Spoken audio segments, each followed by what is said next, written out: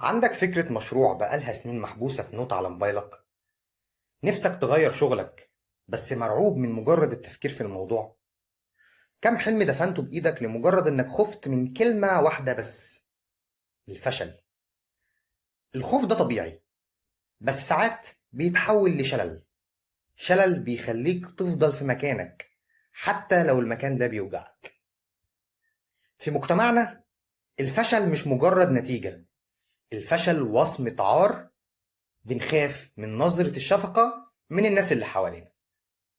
بنبقى مرعوبين نسمع جملة مش أنا قلت لك، فبنختار الحل الأسهل، إننا ما نجربش أصلا. بنفضل في الوظيفة اللي بنكرهها عشان هي أمان، وبنفضل في العلاقة اللي بتأذينا عشان أهون من الوحدة.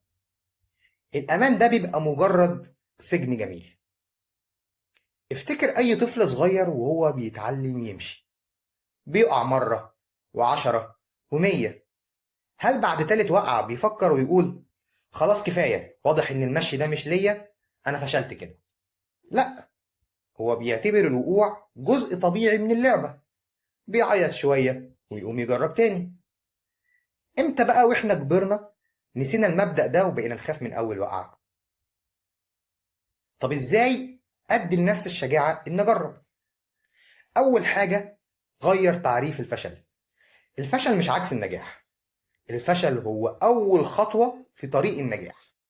الفشل معناه إنك أخدت معلومة جديدة عن إيه اللي ما ينفعش. كل فشل هو درس مش نهاية القصة.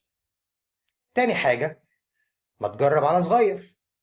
مش لازم تستقيل من شغلك بكرة عشان تعرف تبدأ مشروعك، لا، ابدأ كحاجة جانبية بالليل أو حتى في الويك إند بتاعك.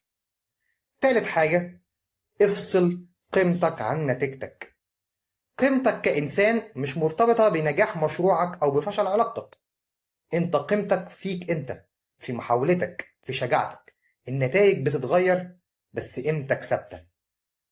وجع الندم على المحاولة اللي مجربتهاش أكبر 1000 مرة من وجع الفشل. على الأقل لو فشلت هتقول أنا حاولت. ما تخليش الخوف من الوقوع يمنعك من متعة الجري.